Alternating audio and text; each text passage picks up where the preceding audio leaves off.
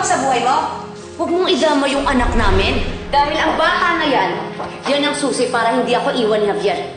At hindi ako bumalik sa hirap.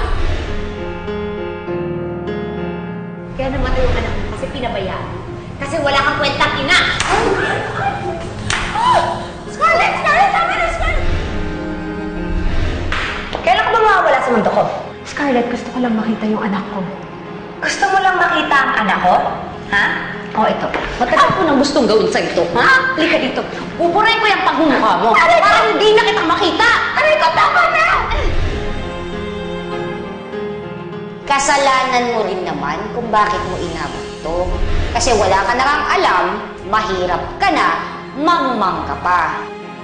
Siguro naman, malaki ang bonus natin kay Scarlett. Si Scarlett?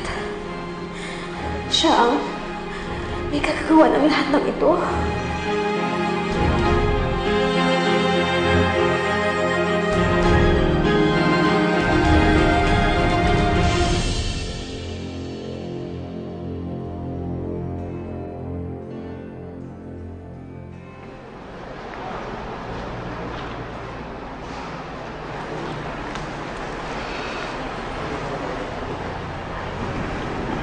Baka umalis pa sila, Isabel.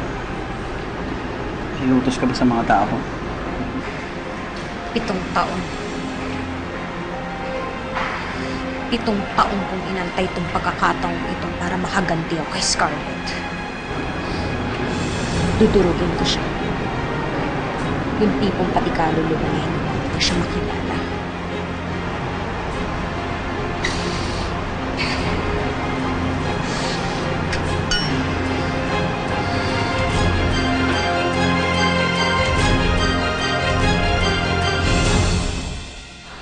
Sabi gusto kita.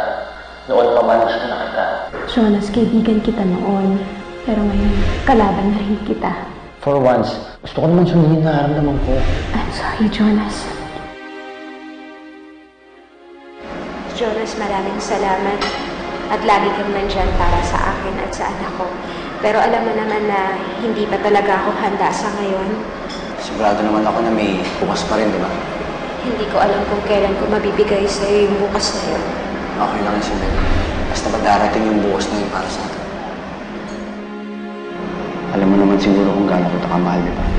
Kaya kung gusto mong magkita kayo ulit ni Maya... Maraming salamat, Juliet.